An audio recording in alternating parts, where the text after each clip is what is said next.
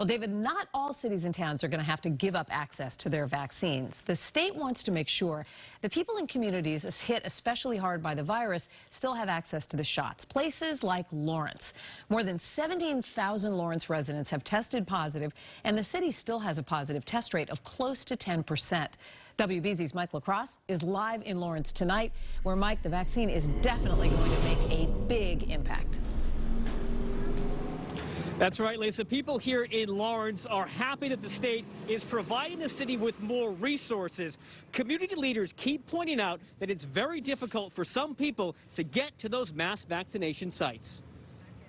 I think it's about time. People in Lawrence and Methuen are relieved the state is stepping up efforts to get vaccines into the communities disproportionately impacted by COVID-19.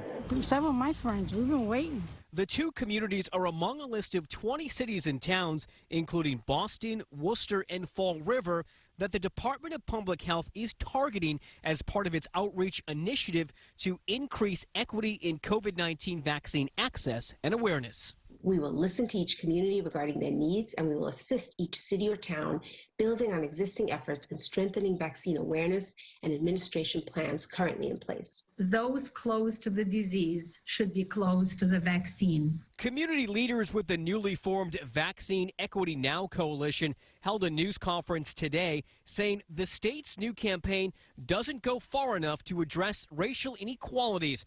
They're calling on Governor Charlie Baker to promise 20% more vaccine doses for the most impacted communities, an investment of $10 million in organizations to engage with communities of color, and the appointment of a vaccine czar. These recommendations were developed by a diverse coalition of Black, brown, and immigrant leaders. Attorney General Maura Healey agrees with the coalition that the Baker administration's initiative is just a start. We need to be intentional, and equity should be something that's referenced every single day and should be accounted for in whatever the percentages are of the shots administered in the state. UMass Memorial Healthcare CEO Dr. Eric Dixon says one of the ways to reach underserved communities is to go directly to them.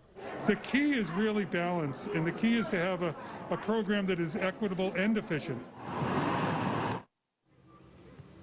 And the Department of Public Health says it will be making information about the vaccine and the process available in multiple languages. Reporting live in Lawrence, I'm Mike LaCrosse, WBZ News.